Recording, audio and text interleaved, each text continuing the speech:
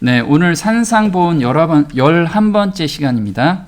오늘 다룰 소재는요, 율법을 폐할 수 없는 이유가 있습니다. 왜 율법을 폐할 수 없는가? 그것을 좀 알아보도록 하겠습니다. 오늘 주제 성경절은요, 마태복음 5장 17절, 18절을 한번 보겠습니다. 내가 율법이나 선지자나 폐하러 온 줄로 생각지 말라. 폐하러 온 것이 아니요 완전케 하려 함이로다. 진실로 너희에게 이르노니 천지가 없어지기 전에는 율법의 1.1획이라도 반드시 없어지지 아니하고 다 이루리라. 네, 지금 예수님이 오신 이유를 여기에서 명확하게 제시하고 있습니다. 예수님이 오신 이유는 내가 율법이나 선지자를 폐하러 온 것이 아니라 완전케 하려 함이라. 그래서 예수님께서 이 완전함을 보여주기 위해서 오셨다라는 거죠. 그래서 율법이 만약에 이게 하나님의 사랑이 못 느껴진다 하면은 1.1획이라도 없어지지 않고 다 이룬다고 하셨으니까 그걸 이해할 수 있게끔 깊이 묵상하고 연구를 해야 돼요. 거기서 하나님의 사랑이 느껴질 때까지. 그러면 그거를 우리가 오늘 하나씩 좀 봤으면 좋겠습니다. 지난 시간에 저희가 공부한 것이 율법과 복음의 차이를 좀 알아봤습니다. 율법은 어떤 거냐면, 만약 내가 이 일을 행하면 그러면 내가 너를 구원하겠다. 그래서 사람의 힘으로 십계명을 다 지키려고 노력하는 거. 노력하면 하나님께서 복 주실 거야. 이게 율법이라는 거죠. 그런데 복음은 내가 너를 사랑함으로 구원했다. 너희가 살아갈 새로운 방법을 가르쳐 줄 것이다. 네, 그래서 십계명이 주어진 거는 언제 주어졌죠? 출애굽이 된 상태에서 십계명이 주어졌어요. 그래서 구원 받고 나서 너희들이 새로운 삶을 살기 위해선 이런 법이 필요해. 그래서 하나님의 사랑을 충분히 느낀 사람에게만 이게 필요하고, 또 이게 올무가 되지가 않습니다. 무거운 짐이 되지 않습니다. 만약에 내가 계명을 들을 때마다 무거운 짐이라고 느껴진다면 지금 하나님의 사랑을 못 느끼고 있는 거예요. 그게 반증이라는 거죠. 그래서 요한복음 14장 15절에 이렇게 읽으면 안 된다는 거예요. 너희가 나의 계명을 순종하면 내가 너희를 사랑하리라. 순종하면 사랑하리라. 그러면 이거 조건절이잖아요. 너희가 내 계명을 순종하면. 대부분 이렇게 많이 읽는다라는 거죠. 어떻게 읽어야 돼요? 너희가 나를 사랑하면 나의 계명을 지키리라. 그러니까 사랑하면 계명이 자연스럽게 지켜지는 거예요. 근데 이 사랑도 내가 만들어내는 게 아니고 누가 먼저 사랑했어요? 네, 하나님이 먼저 사랑하셔서 그의 아들을 보내주셨어요. 그 사랑을 우리가 느낄 때 계명이 즐겨 순종할 수 있게 마음이 바뀌어진다는 거죠. 그래서 우리가 사랑하면 그가 먼저 우리를 사랑하셨습니다. 그래서 그가 어떻게 사랑하셨어요? 우리 죄를 위해서 자기의 가장 사랑하는 아들을 아낌없이 주셨다는 거예요. 아낌없이. 이 사랑을 우리가 느꼈을 때 계명을 그냥 지킬 수 있다는 거죠. 그래서 우리가 지키다라는 것을 원어로 보배를 지키며 보관함에 대하여 쓰는 말이라고 했어요. 그래서 우리가 그 사랑을 받는 그 마음을 간직해야 돼. 어떻게 해요? 보배를 간직하듯이.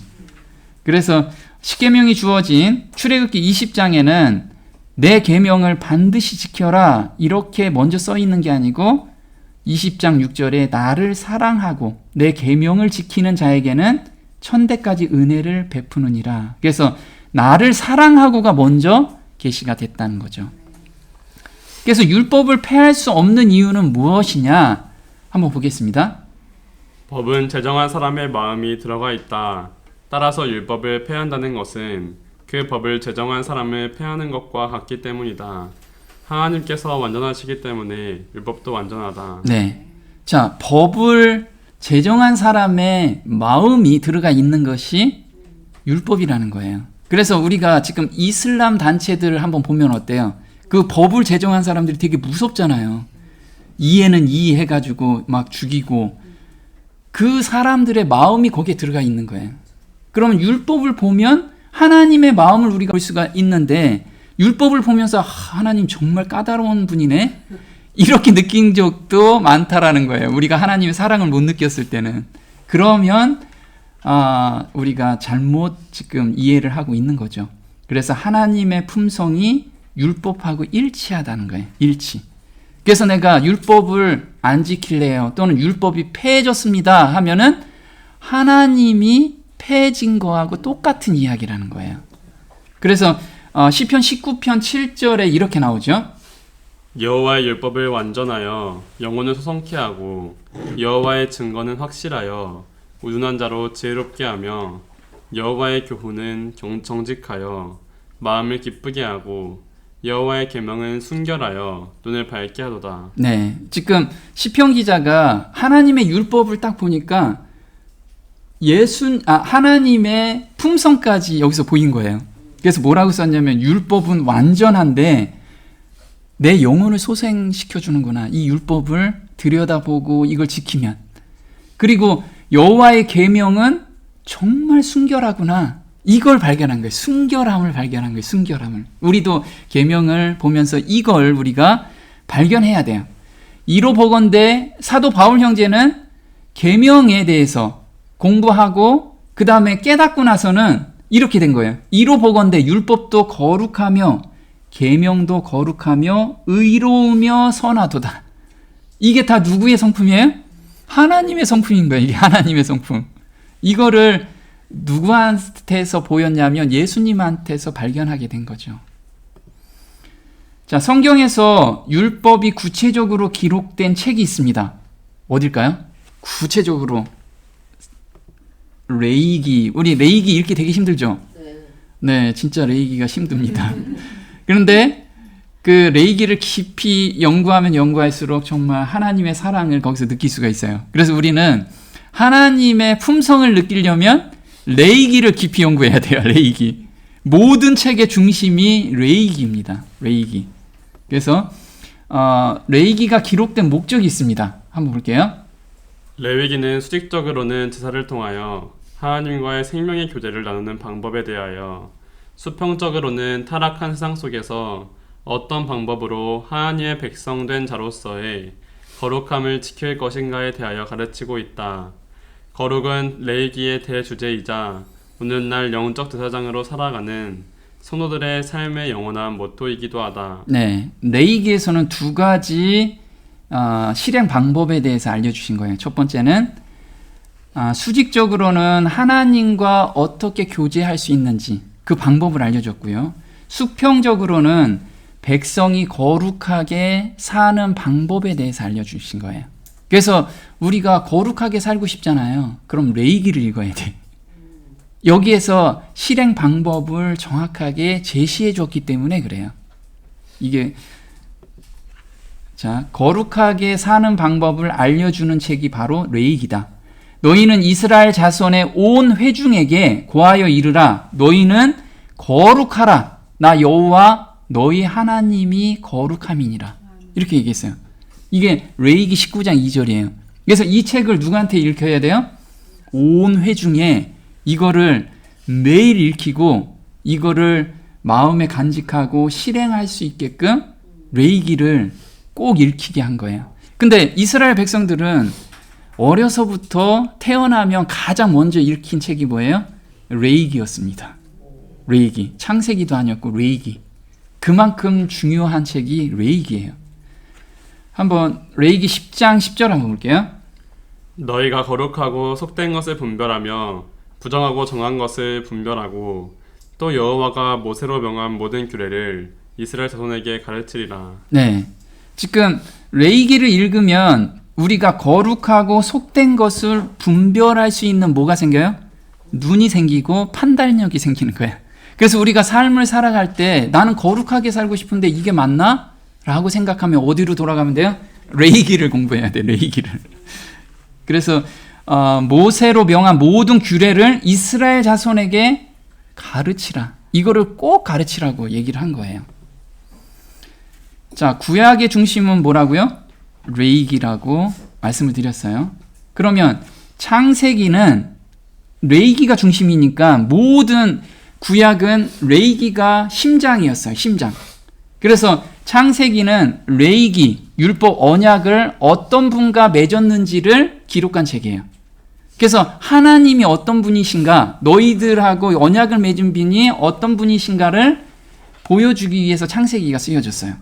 그리고 출애굽기는 레이기 율법 언약을 맺게 된 역사적인 과정을 기록했어요. 그래서 애굽에서 빠져나오고 그리고 그 과정, 언약을 맺게 된 과정을 기록한 책입니다. 민수기는 언약대로 사는 훈련을 보여준 책이 민수기예요. 훈련을. 그리고 신명기는 언약을 재해석한 기록입니다. 레이기에 대해서 사람들이 오해했던 부분들, 그런 부분들을 좀 더 쉽게 풀어준 책이 바로 신명기라는 거예요. 그리고 역사서가 있습니다. 열왕기서가 있죠. 역사서 12권은 레이기대로 지키고 살았는지 기록한 책이에요. 자, 그 다음에 시가서가 있죠. 우리 시편, 잠언. 이 시가서는 하나님께 레이기를 지킴으로 찬양을 드린 책입니다. 그리고 마지막으로 예언서가 있습니다. 예언서는 언약을 지키지 않을 때 올 수 있는 저주를 기록한 책이에요. 그럼 지금 핵심이 뭐예요? 레이기에서 모든 것을 기록해 놓은 거예요. 레이기를 중심으로. 그래서 보면 구약의 중심은 레이기라고 말씀을 드렸어요. 왜 그러냐면 그 레이기 안에 하나님의 품성이 그대로 나타났기 때문에 그래요. 그러면 신약의 중심은 누구죠? 예수님이세요. 예수님은 이 레이기의 법이 육신이 돼서 오신 거예요. 그래서 사람들한테 글자로 그동안에 보여주셨는데 사람으로 보여주신 거예요. 사람의 품성으로 보여주신 게 예수님이시라는 거예요. 그래서 이렇게 나옵니다. 예수께서는 청중들에게 하나님의 계명을 지키는 것은 곧 그들 자신 안에서 그리스도의 품성을 재현하는 것임을 끊임없이 가르치셨다. 매일 그분 안에서 하나님이 그들에게 나타나셨다. 네, 지금 보면 계명을 지킨다는 게 곧 무엇이라? 품성을 재현하는 거. 예수님의 품성을 재현하는 것이 곧 계명을 지킨다는 거예요. 왜? 예수님께서는 구약에 있는 그 계명을 온전히 지키기 위해서 신약에서 오신 거예요. 그럼 우리도 마찬가지로 예수님의 품성을 나타내는 사람이면 계명을 온전히 지키는 자라는 거예요. 그래서 우리가 요거 지킬까 저거 지킬까가 아니고 품성에서 그걸 다 드러낼 수가 있다라는 거예요. 자, 제사장인 레인에게 주어진 책이 이 레이기예요. 근데 왜 거룩해야 되냐? 왜 거룩해야 되죠? 하나님이 거룩하기 때문에, 거룩하지 않으면 다 죽기 때문에 그래요. 그래서 우리가 하나님하고 소통하고 하나님하고 교제해야 되는데 거룩하지 않으면 할 수가 없기 때문에, 그래서 레이기라는 책을 준 거예요. 볼게요. 모세가 아론에게 이르되 이는 여호와의 말씀이라. 이르시기를 나는 나를 가까이 하는 자 중에 내가 거룩하다 함을 얻겠고 온 백성 앞에 내가 영광을 얻으리라. 네, 그래서 나를 가까이 하는 자라고 얘기해요. 이 나를 가까이 하는 자가 누구냐면 바로 레인이었죠. 그래서 레인이 성소에서 하나님께 예배를 드렸죠. 제를 드렸잖아요. 그 방법대로. 그래서 가까이 하는 자는 내가 거룩하다 함을 얻겠고, 이 사람들을 보고 하나님이 거룩하다라는 것을 얻겠다라고 말씀을 하고 계세요. 한번 볼게요. 또 여호와께 가까이 한 제사장들로 그 몸을 성결히 하게 하라. 나 여호와가 그들을 돌격할까 하노라. 네, 출애굽기 19장 22절인데 하나님께 가까이 하는 자들은 내가 알려준 방법대로 몸을 성결케 하라. 그러면 내가 그 사람을 돌격하지 않을 거다. 이 돌격하다라는 건 죄가 있으면 하나님은 너무 순결하고 거룩하시기 때문에 죄를 반드시 소멸하는 분이세요. 그래서 우리가 죄가 조금이라도 있으면, 내가 죄를 가지고 있으면 죄를 소멸할 때 나도 소멸이 되는 거예요. 그래서 그 죄를 누구한테 온전히 드려야 돼요? 우리한테는 예수님께 온전히 드려야 된다는 거죠. 그래서 레위기를 통해서 이 거룩하게 하는 방법을 알려주신 거예요. 그래서 철저하게 제사장들은 이 레위 법대로 한번 정확하게 따라서 실행해라, 이렇게 지금 말씀을 하고 계신 거죠. 근데 레위기를 주셨는데 레위기에 레위인한테만 준 게 아니고 그 다음에 뭐라고 써 있냐면 레위기 20장 26절에는 이스라엘 백성한테도 이걸 해라고 말씀을 하세요. 볼게요. 너희는 내게 거룩할지어다. 이는 나 여호와가 거룩하고 내가 또 너희로 나의 소유를 삼으려고 너희를 만민 중에서 구별하였음이라. 네, 보면은 이걸 누구한테 또 읽히게 했냐면 이스라엘 백성한테도 읽히게 했어요. 자, 레위기 27장 34절에 또 볼게요. 이상은 여호와께서 시내산에서 이스라엘 자손을 위하여 모세에게 명하신 계명이니라. 네, 지금 이 레위법은 레위인한테만 준 게 아니고 누구한테 주셨어요? 이스라엘 백성한테도 반드시 이걸 지키라고 지금 주신 거예요. 그럼 신약에서는 누구한테 줬죠? 우리한테도 줬어. 볼게요.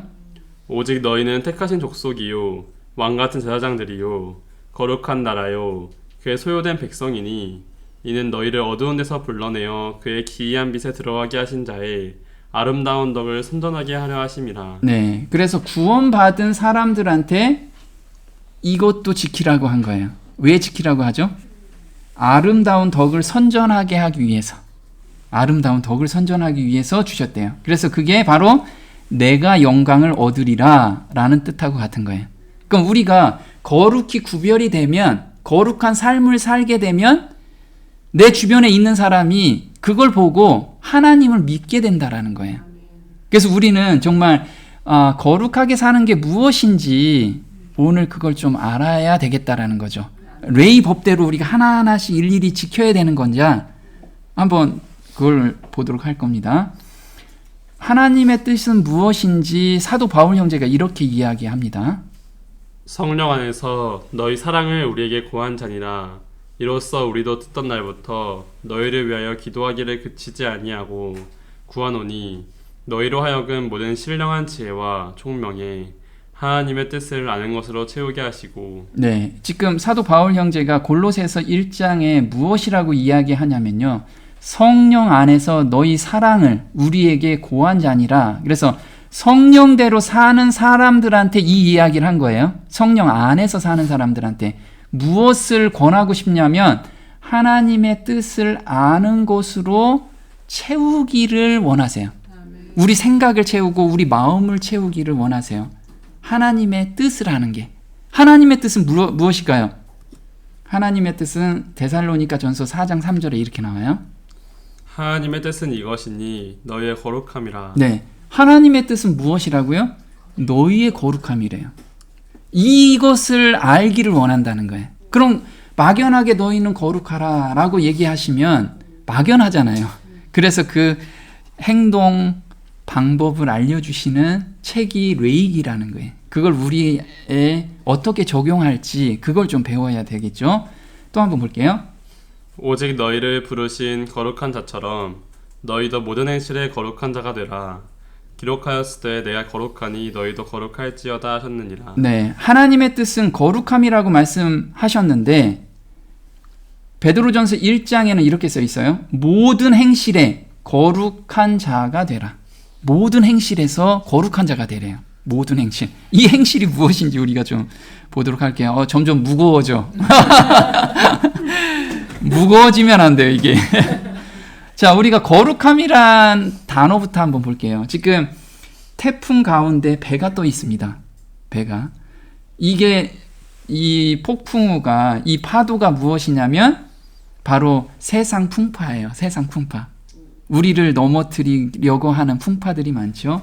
우리는 이 파도에 밀려서 꼬꾸라지는 삶이 아니고 이렇게 파도가 있어도 떠 있는 배처럼 사는 것이 거룩함이라는 거예요.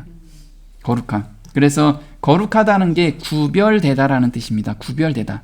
세상에서 살지만 세상 위에서 사는 사람들이 우리라는 거예요. 그게 거룩함이라는 거예요. 그러면 이 파도가 무엇이냐면 먹는 것, 입는 것, 성윤리, 사회생활, 그 다음에 말하는 것, 이 모든 것들이 구별돼야 된다는 거예요. 우리는 세상 사람들하고 구별돼야 되는데 예수님께서 이렇게 말씀하셨어요. 내가 비옵는 것은 저희를 세상에서 데려가시기를 위함이 아니요 오직 악에 빠지지 않게 보존하시기를 위함이니이다. 내가 세상에 속하지 아니함 같이 저희도 세상에 속하지 아니하였삼나이다. 저희를 진리로 거룩하게 하옵소서. 아버지의 말씀은 진리니이다. 아버지께서 나를 세상에 보내신 것 같이 나도 저희를 세상에 보내었고. 네, 지금 예수님께서 제자들한테 말씀하신 게 뭐냐면 구원받으면 너희들 그냥 세상에 데려갈게. 더 이상 여기 살기 힘들지. 이렇게 말씀하신 게 아니고 세상에서 거룩하게 살게 하기 위해서, 구별되게 살게 하기 위해서 이 진리의 말씀을 주셨다는 거예요. 그래서 저렇게 떠 있는 모습을 보면 세상 사람들이 그걸 보고 하나님을 찾는 사람들이 생길 거라는 거죠. 우리는 그래서 이렇게 구별되게 살아야 돼. 구별되게. 사람하고 똑같아서 세상 사람들하고 똑같이 산다면 그거는 아직 하나님의 생명을 받았는지를 돌아봐야 돼요. 돌아봐야 된다는 거죠. 그래서 레이기 구조를 한번 볼게요. 레이기 구조를. 레이기 구조 좀 어렵지만 한번 그냥 쭉 훑어볼 겁니다. 레이기 1장에서 7장까지는 제사에 대해서 설명을 했어요. 이거는 하나님과 나하고의 관계들, 하나님과 수직적인 관계를 이야기를 하고 있어요. 그래서 우리가 5대 제사에 대해서 여기서 이야기를 하고 있습니다. 속죄제, 속건제, 번제, 이거에 대해서 쭉 이야기를 하고 있죠. 그 다음에 8장부터 10장까지는 제사장의 취임식, 그리고 제사장이 어떻게 해야 되는지에 대해서 설명을 하고 있고요. 그 다음에 11장에서 15장까지는 정결 규례를 이야기를 하고 있어요. 백성들이 지켜야 될 정결 규례. 그래서 음식, 출산, 질병에 대해서. 자, 그 다음에 18장에서 20장까지는 성윤리나 사회생활에 대해서 이야기를 하고 있고요. 그 다음에 21장에서 22장까지는 거룩한 제사장 법에 대해서 이야기를 하고 있어요. 그리고 23장에서 25장까지 절기, 회막관리, 토지법에 대해서 이야기를 하고 있습니다. 지금 색깔이 어때요? 색깔이. 파란 거는 정결, 그 다음에 좀 빨간 비슷한 것은 제사장에 관련된 거, 까만 거는 제사와 관련된 거예요. 그 중심에 뭐가 있을까요? 레위기 16장, 17장은 대속죄일에 대해서 지금 기록되어 있어요. 그래서 이렇게 우리가 대칭 구조라고 하죠. 대칭 구조를 하고 하나님은 우리한테 무엇이 되라? 거룩한 자가 되라. 그래, 거룩한 삶을 살라라고 해서 거룩하게 되는 방법을 16장, 17장에서 설명을 한 거예요. 이런 구조로 레위기는 설명이 됐습니다.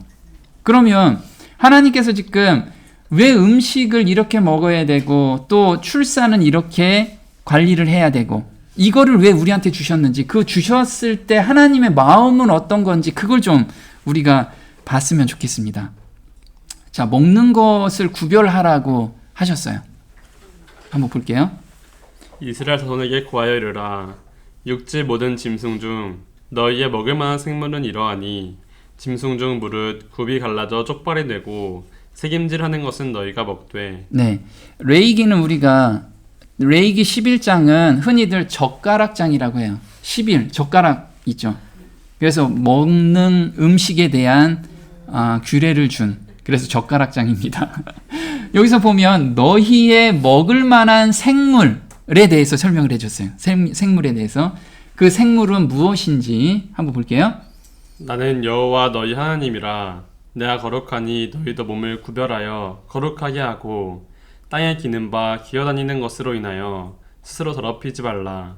나는 너희의 하나님이 되려고 너희를 애굽 땅에서 인도하여 낸 여호와라. 내가 거룩하니 너희도 거룩할지어다. 네, 지금 하나님께서 무엇이라고 말씀하셨냐면요, 나를 믿으면 넌 생각을 좀 거룩하게 해라, 이렇게 말씀하지 않으시고요. 무엇을? 내가 거룩하니 너희도 무엇을 구별하라? 몸을 구별하래요. 몸을. 왜? 몸의 상태는 정신을 지배하기 때문에. 우리가 몸이 힘들고 어렵고 막 그러면은 생각도 거기에 따라간다라는 거예요. 그래서 하나님께서 원하시는 것은 몸도 건강하게 그리고 정신도 건강하게 이걸 지키기를 원하시는 거예요. 그래서 건강하게 살려면 하나님이 우리를 만드셨잖아요. 우리를 만드셨기 때문에 우리가 가장 좋은 컨디션으로 유지할 수 있는 먹을거리를 알려주신 거예요. 레위기 11장에서는. 그러면은 레위기에 살았던 그 사람들의 몸과 지금 우리가 사는 몸하고 전혀 다른가요? 네, 똑같죠. 그러니까 우리가 건강하게 살려면, 건강해지려면 이 법칙을 따르면 우리는 이 땅에서도 굉장히 건강하게 살 수가 있다라는 거예요. 근데 단순하게 몸의 건강에 대해서 주신 거냐? 두 가지 때문에 주신 거예요. 첫 번째는 몸의 건강에 대해서 이야기했죠. 출애굽기 15장 26절에 이렇게 나옵니다. 가라사대 너희가 너희 하나님 나 여호와의 말을 청종하고 나의 보기에 의를 행하며 내 계명에 귀를 기울이며 내 모든 규례를 지키면 내가 애굽 사람에게 내린 모든 질병이 하나도 너희에게 내리지 아니하리니 나는 너희를 치료하는 여호와임이니라. 네, 하나님께서는 무엇이라고 말씀하셨냐면 이렇게 건강 법칙에 대해서 따르면 너희는 애굽인들에게 내리는 질병을 하나도 경험하지 않을 거다. 이 약속을 주셨어요. 또 한 가지는 다니엘이 또 이렇게 얘기했죠. 다니엘은 뜻을 정하여 왕의 진미와 그의 마시는 포도주로 자기를 더럽히지 아니하리라 하고 자기를 더럽히지 않게 하기를 환관장에게 구하니. 네, 지금 포도주와 진미를 먹는다고 몸이 더럽혀지나요? 아니라는 거죠. 다니엘은 자기가 지키는 신앙, 그 신앙을 지키기 위해서 이 음식을 가렸어요. 그래서 우리가 흔히들 산속에서 돛 닦는 사람들 있죠. 그 사람들이 막 고기 먹고 막 그런가요? 아니더라 이거죠. 그 사람들은 정결한 음식을 먹어요. 채식 위주로 먹고 그러면 머리가 맑아진다라는 거예요. 그래서 정신이 항상 또렷한 가운데서 삶을 사는 거예요. 다니엘은 그렇게 또렷한 정신으로 하나님께 대한 그 신앙을 지키고 싶었던 거예요. 그래서 환관장애 때 그 얘기를 한 거죠. 자, 그러면 우리가 요거 보면 우리 두뇌가 있습니다. 두뇌에 무엇이 있냐면 마약을 먹었어요. 만약에 그냥 아무거나 먹어도 되지 않습니까? 신약에서는 아무거나 먹으라고 했으니까 만약에 마약을 먹으면 그게 정신이 어떨까요? 몽롱하잖아요. 그게 신앙이 지켜질 수가 없다라는, 이게 좀 극단적이지만 예로 들어본 거예요. 만약에 술, 담배를 내가 폈어요. 마시고 피고 그럼 어떨까요? 몸 상태가 몽롱해질 수 있다라는 거예요. 신앙에서 우리가 넘어질 수 있다라는 거예요. 사탄의 그 괴계에 우리가 넘어질 수 있기 때문에. 또 카페인이 많이 들어가 있는 것들, 우리 음료가 카페인 많이 들어간 음료들이 있어요. 그러면 환각 상태에 우리가 계속해서 들어가 있으면 믿음을 놓칠 수가 있다라는 거예요. 그리고 금지된 음식들을 너무 많이 먹으면 우리 몸 상태가 별로 안 좋다라는 거죠. 그래서 지금 그 책도 이런 책들이 많이 나와요. 사람을 미치게 하는 음식들. 그래서 요즘 음식 잘못 먹으면 사람들 정신이 이상해진다라는 거예요. 그걸 과학적으로 분석한 책들이 그렇게 많이 나오는데 이게 굉장히 하나님께서는 과학적으로 너희 몸 상태가 먹는 음식에 좌우된다라는 것을 우리한테 알려주고 계신다는 거예요. 한번 볼게요. 오직 성령의 열매는 사랑과 희락과 화평과 오래 참음과 자비와 양성과 충성과 온유와 절제니 이 같은 것을 금지할 법이 없느니라. 그리스도 예수의 사람들은 육체와 함께 그 정과 욕심을 십자가에 못 박았느니라. 만일 우리가 성령으로 살면 또한 성령으로 행할지니. 네, 지금 갈라디아서 5장 22절에서 25절까지 내가 성령의 음성대로 따라가고 있습니다 라고 하는 사람들은 무엇이 나오냐면 9가지 열매가 그 삶에서 드러난대요. 그 중에 맨 마지막에 뭐가 나와요? 절제라는 게, 절제. 그래서 내 맘대로 하는 게 아니고 정말 하나님대로 하고 싶은 그 삶이 보여진다는 거예요. 그래서 25절에 만일 우리가 성령으로 살면 나 성령대로 살고 있어요. 그렇게 얘기하는데 절제가 안 돼. 그러면은 겉으로 드러나는 거예요.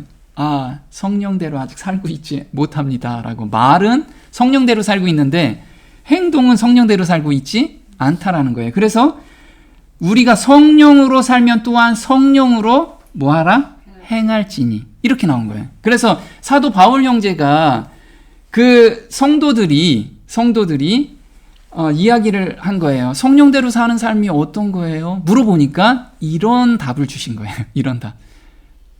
난 거룩합니다. 라고 백날 이야기해봤자 너희 삶으로 보여줘라. 이렇게 지금 이야기를 하고 있는 거죠. 그래서 이런 거죠. 근데 사람들이 이제 오늘부터 술 안 마실래요. 그리고 사도 바울 형제가 술 마시는 형제한테 오늘부터 술 마시지 마세요. 이렇게 이야기했을까요? 네. 술 취하지 말라. 이는 방탕한 것이니. 자, 에베소서 5장 18절에 오늘부터 안 마시기로 결심하라. 이렇게 써 있나요? 뭐라고 써 있어요? 이렇게 써 있어요. 오직 성령의 충만함을 받으라. 이게 매칭이 잘 안 되잖아요. 난 술 취하지 말라라고 하면 밑에 오늘부터 마시지 않기로 결심해라 라고 해야 되는데 엉뚱한 답을 주고 계세요. 뭐라고요? 성령의 충만함을 받으라. 그래서 내가 억지로 끊으려고 하면 작심삼일이 돼. 또 하고 한다 이거죠. 뭐가 부재한 것을 느껴라? 성령이 부재한 것을 느끼고 성령을 찾으라는 거예요. 성령을 찾으면 이거는 자연스럽게 끊어진다는 거예요. 자연스럽게. 그게 하나님께서 인도해 가신다는 거죠. 또 볼게요. 식욕에 방종하려는 유혹을 제지할 필요성을 제시하라. 많은 사람들이 실패하는 점이 바로 이것이다. 육체와 정신이 얼마나 밀접하게 연관되어 있는지 설명하고 육체와 정신을 아주 최선의 상태로 보존할 필요성을 보여주어라. 세상의 구세주께서는 식욕의 방종이 육체를 쇠약하게 하며 지각 기능을 마비시키므로 거룩하고 영원한 사물을 분별할 수 없게 한다는 것을 아셨다. 식욕을 만족시키려는 그대의 욕망을 정복하라. 만일 그대가 식욕을 이긴다면 그대의 정욕을 쉽게 통제될 것이다. 그리하면 그대의 지력과 도덕력이 더욱 강화될 것이다. 네. 그래서 예수님께서 이걸 아셨던 거죠. 우리가 식욕을 통제하지 못하면 믿음도 무너진다는 것을 아셨던 거예요. 그래서 자꾸 신앙생활을 하는데 자꾸 죄된 생각 나고 죄에 빠지고 이게 제재가 잘 안 된다면 무엇부터 그 행동을 고치려고 하지 말고 무엇부터 통제하라? 식욕과 정욕에 대한 거. 식욕을 먼저 통제하면 정욕은 자연스럽게 통제가 된다라는 거예요. 그래서 우리가 정욕부터 통제하지 말고 식욕부터 통제하라. 식욕부터. 근데 식욕을 어떻게 통제하면 돼요? 아까처럼 오직 성령의 충만함을 받으라는 거예요. 그럼 우리가 성령을 어떻게 받는지 이것도 저희가 공부를 해야 되겠죠. 그래서 저희가 다음 주 수요일부터 성령 충만에 대해서 저희가 또 공부를 몇 주간 해볼 겁니다. 그래서 우리가 자연스럽게 정말 하나님은 억지로 끌고 가시는 하나님이 아니고 사랑의 하나님이라는 걸 우리가 계속 느껴야 돼요. 근데 하나님께서 좀 전지전능하신 분인데 정한 동물만 만들지 왜 부정한 동물까지 만들고 또 부정한 동물은 맛도 있어요. 우리가 오징어 굽는 냄새만 맡아도 엄청나게 좋잖아요. 왜 이런 걸 만드셨을까? 네, 굳이 만들지 않으시면 유혹도 없을 텐데.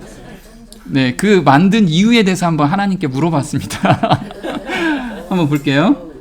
너희가 먹지 못할 것은 이러하니 돼지는 굽이 갈라져 쪽발이로 돼 책임지를 못함으로 너희에게 부정하니 무릇 강과 바다에 있는 것으로서 지느러미와 비늘 없는 것은 너희에게 가증한 것이라. 날개가 있고 내 발로 기어다니는 곤충은 너희에 가증하되. 네, 레위기 11장이 젓가락장이라고 말씀을 드렸는데 레위기 11장은 먹을 음식과 먹지 않을 음식을 계속 구분해놨어요. 구분해놨는데 지금 우리 돼지고기 되게 좋아하잖아요. 삼겹살. 제가 예전에 삼겹살에 소주 한 잔 너무 좋았어요. 그런데 돼지는 부정하대요. 왜 부정한가? 한번 볼게요. 하나님께서는 지구를, 이 자연은 스스로 정화작용을 하잖아요.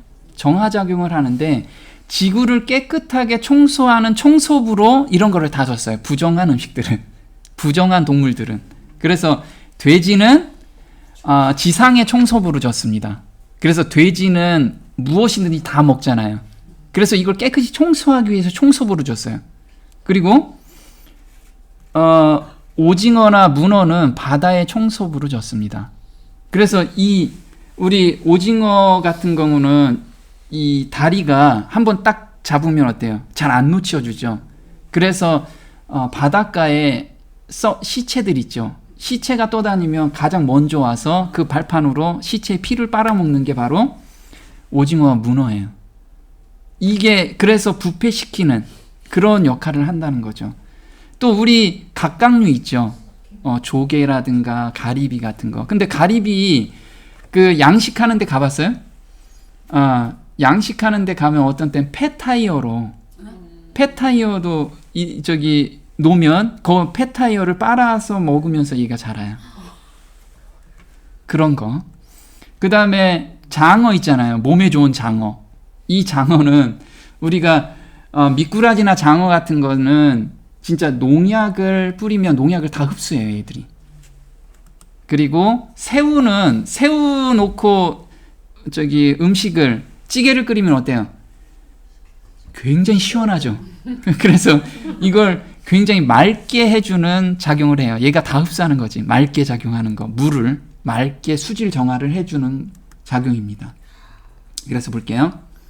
돼지는 땅을 청소하라고 만드신 땅 위의 청소기이며 갑각류, 가재, 개, 새우 등은 비롯한 조개류, 연체동물, 오징어, 문어 등은 바하 속을 청소하라고 넣으신 바하 청소기들이며 장어를 비롯한 비늘이 없는 민 물고기들은 민물 청소기로 만들어 넣으신 것이다. 네, 이 청소기로 만들어 놓은 이런 것들을 우리가 다 잡아먹다 보니까 지구가 청소가 안 되는 거야.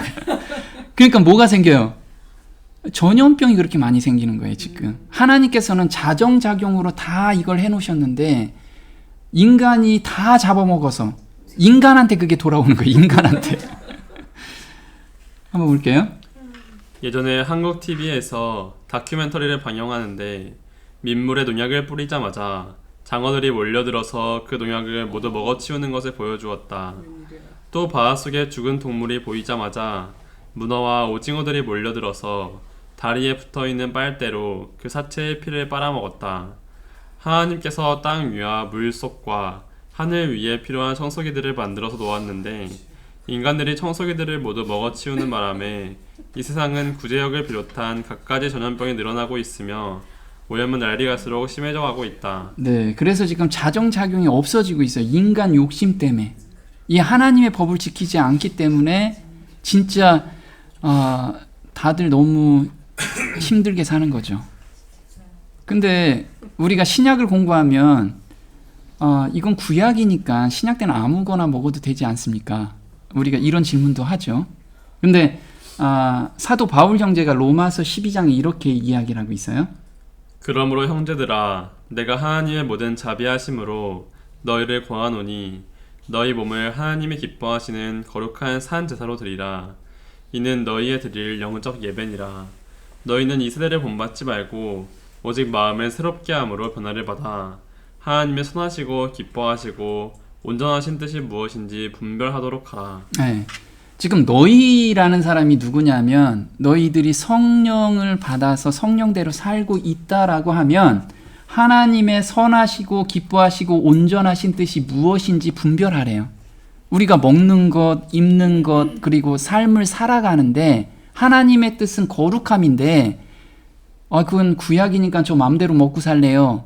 이게 정말 하나님의 기뻐하는 뜻인지를 한번 깊이 생각해 보라는 거예요. 그리고 그 위에 보면 뭐라고 했냐면 너희 몸을, 이 몸이라는 게 사도 바울 형제는 몸과 영과 혼을 몸이라고 여기서 지칭을 하고 있어요. 몸을 하나님이 기뻐하시는 무슨 제사로? 거룩한 산 제사로 드리래요. 거룩함이라는 게 아까 구별되라라고 얘기한 거예요. 그러면 우리 몸에서 먹고 쓰고 입는 것도 다 구별하라는 거예요. 구별해서 산 제사로 드리라는 거예요. 그러면 하나님께서 기뻐 받는 제사가 어떤 제사냐? 하나님께서 원하시는 제사가 하나님이 받으시는 제사잖아요. 내가 원하는 제사가 아니에요. 근데 우리는 내가 원하는 제사를 하나님께 드리고 받아달라고 얘기를 하고 있어요. 요 정도는 괜찮겠지. 요 정도는 내 기준에 맞아. 이렇게 제사를 드리고 있다라는 거예요.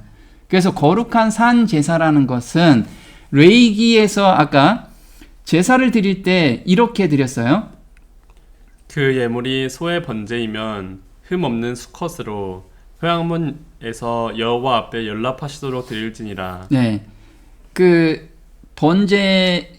번제를 드릴 때 그 제사 제물이 흠이 있으면 하나님께서 받지를 못하셨어요.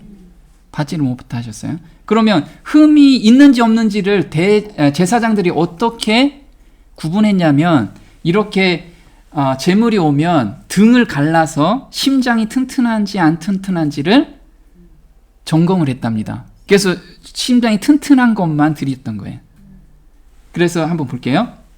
인간 자녀들의 마음을 살피시며 자제력을 시험하시는 분은 그리스도이시다. 만물이 그분의 눈앞에는 벌거벗은 듯이 드러나 있다. 그분의 눈에 드러나지 않은 피조물은 하나도 없다. 고대 이스라엘 시대에 대제사장에게 가져온 희생 제물들은 심장이 건강한지 어떤지를 알아보기 위하여 그 고기를 잘라서 등뼈 있는 곳을 열어보았다고 한다. 그와 같이 오늘날 우리들의 가져온 제물들도 우리의 크신 대제사장의 꿰뚫어 보시는 눈앞에 놓여 있다. 네. 그래서 전 아무거나 먹을래요. 이거 하나님의 뜻이죠. 이렇게 먹을 때도 양심의 가책을 느낀다면 하나님은 그걸 보시고 계시다는 거예요. 그걸 보시고 계시니까 각자가 어떻게 구분할지는 각자가 알라는 거죠. 각자가 판단하는데 하나님이 그걸 꿰뚫어 보신다는 거예요. 한번 데살로니가전서 5장 볼게요. 평강의 하나님이 친히 너희를 온전히 거룩하게 하시고 또 너희 온 영과 혼과 몸이 우리 주 예수 그리스도 강림하실 때에 흠 없게 보존되기를 원하노라. 너희를 부르시는 이는 미쁘시니 그가 또한 이루시리라. 네, 지금 사도 바울 형제가 너희 온 영과 혼과 몸이 우리 주 예수 그리스도 강림하실 때에 흠 없게 보존되기를 원하노라. 그럼 우리가 예수님이 재림 바로 전에 이제 거룩하게 지키라는 게 지킬 수가 없다라는 거예요. 오늘 거룩해야지만 그때도 거룩하다는 거예요. 그래서 오늘 우리가 거룩함을 유지하는 게 필요하다는 거죠. 네. 근데 그걸 누가 해주신대요? 그가 또한 이루신대요. 그래서 우리가 성령의 도움을 받아서 성령의 음성을 따라가면 하나님께서 그걸 우리를 거룩하게 거룩함을 이루어 주신다고 지금 약속을 해주셨어요. 볼게요. 진리는 인간의 전 존재, 곧 그의 마음과 생각과 그의 감정과 힘을 성악해 해야 한다. 중욕적 습관으로 인하여 그의 생명력이 소모되어서는 안 될 것이다. 이런 습관은 극복되어야 하며 그렇지 못하면 그것들이 그 사람을 이기고야 말 것이다. 네, 아까 다니엘이 그 얘기를 했죠. 내가 신앙을 지키기 위해서 더럽히지 않기 위해서 그 채식을 하고 그 음식을 함부로 먹지 않았다. 거기서 만약에 요 정도는 괜찮겠지 하면서 먹게 되면 그 수문이 터져서 어떻게 돼요? 그것들이 그 사람을 이기고야 말 것이다. 그래서 신앙이 무너지는 그 틈을 주게 된다는 거예요. 근데 놀랍게도 이렇게 구분하지 않는 사람들은 천국 백성이 될 수가 없다라고 이야기를 하고 있어요. 이사야서 66장은 천국 백성에 대해서 지금 쓴 거예요. 한번 볼게요. 여호와께서 말씀하신다. 자신을 거룩하게 구별하고 정결하게 하여 우상을 모셔놓은 정원에 들어가서 돼지고기와 쥐고기와 그 밖에 다른 부정한 음식을 먹는 자는 망할 것이다.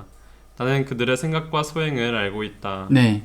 자, 하나님께서 금한 음식인데 이걸 억지로 먹는 사람은 나는 그들의 생각과 소행을 알고 있대요. 그 생각에는 하나님을 거역하고 내 맘대로 하고 싶은 생각들이 있다라는 거예요. 그거를 하나님께서 안다는 거예요. 그 마음을. 그 행동으로 봐서 알 수 있다라는 거예요. 근데 이때 천국에 갔는데 뭐라고 돼 있어요?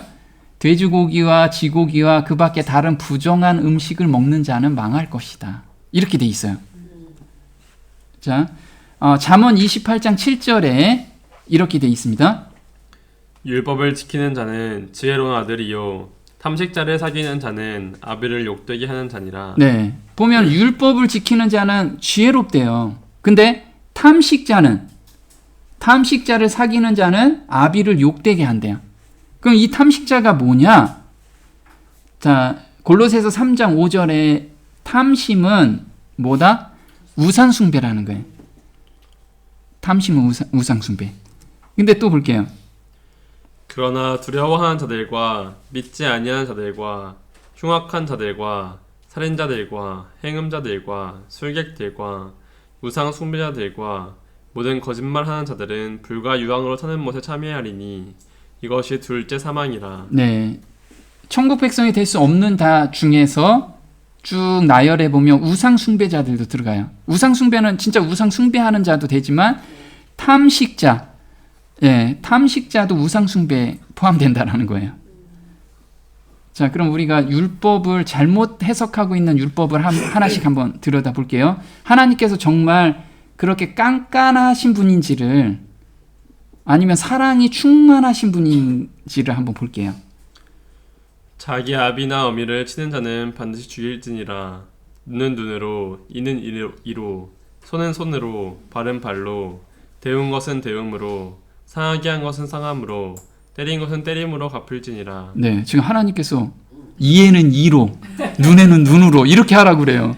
그래서 저는 이거 읽으면서 하나님 정말 이러신 분이에요. 이렇게 생각이 됐어요. 출애굽기 21장에. 근데 이게 어디에서 지금 그대로 따라하냐면 이슬람에서 그대로 따라서 해요. 따라서 하죠. 이에는 이요, 눈에는 눈으로 지금 하고 있어요. 그럼 이걸 하나님의 사랑을 여기서 어떻게 발견하지? 그래서 계속 기도하면서 우리가 이걸 한번 알아봅니다. 볼게요. 이것은 개인의 행동 강령이 아니다.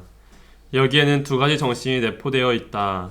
첫째는 내가 다른 사람의 이빨을 뽑았으면 너도 이빨을 빼야 하니까 화를 참으라는 것으로 일종의 예방법이고. 네, 이렇게 하나님께서는 이걸 그대로 개인이 실행하지 말고 이거는 이스라엘 우리 헌법처럼 재판할 때 이거를 써라 라고 얘기한 거예요. 재판할 때 써라. 재판할 때. 그래서 손은 손으로 이는 이로 갚으라고 한 것처럼 이게 상대방의 피해를 입히면 너도 그대로 피해가 가니까 조심해라. 행동을 조심해라. 이렇게 말씀을 하셔요. 또 두 번째는 그럼에도 불구하고 그런 일이 발생했다면 가해자의 이빨을 뽑으라는 실천 강령이 아니라 일종의 판결법이다. 즉 왕이 어떤 재판을 판결할 때 감정에 치우치지 말고 똑같이 벌을 주라는 것이다. 그러나 이슬람교에서는 이것이 개인의 행동 윤리 강령으로 해석하여 누군가 자동차로 나의 아이를 치웠다면 나도 차를 가지고 가서 그 집 아이를 쳐버린다. 네, 지금 보면 두 번째는 어떤 이야기예요? 우리가 사람을 죽였으면 사형 선고를 내리잖아요. 근데 이때는 사람 한 명을 죽였으면 그 가족을 멸종시키는 경우가 종종 있었던 거예요. 그러니까 그 범한 죄 이상으로 벌을 주지 마라. 합리적으로 줘라. 지금 이 얘기를 하고 있다라는 거예요. 하나님께서는 그 당시에는 법이 명확하지 않기 때문에 엄청나게 가혹하게 한 경우가 있죠. 그 경우가 어떤 경우였냐면 디나를 겁탈한 보복으로 한 성을 몰락시켰잖아요.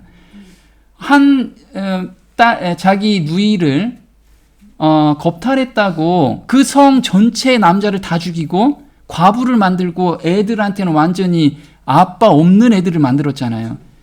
그 죄가 물론 크지만 이렇게 보복하지 말라라는 거예요. 이렇게 보복하지 말라. 한번 볼게요. 제3일에 미쳐 그들이 고통할 때 야곱의 두 아들 디나의 오라비 시므온과 레위가 각기 칼을 가지고 가서 부지 중에 성을 엄습하여 그 모든 남자를 죽이고 칼로 하몰과 그 아들 세겜을 죽이고 디나를 세겜의 집에서 데려오고 야곱의 여러 아들이 그 시체 있는 성으로 가서 노략했으니. 네, 지금 시므온과 레이만 여기에 가담한 게 아니고 누구도 다 가담했어요?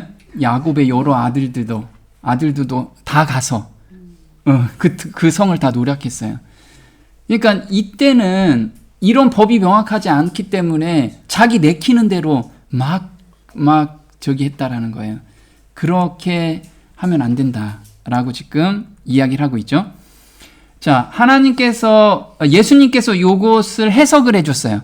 그동안에 오해를 했기 때문에 해석을 해주셨는데, 잠언에는 이렇게 이야기가 하나님께서는 마태복음 5장에 예수님께서는 이렇게 말씀을 하셨어요.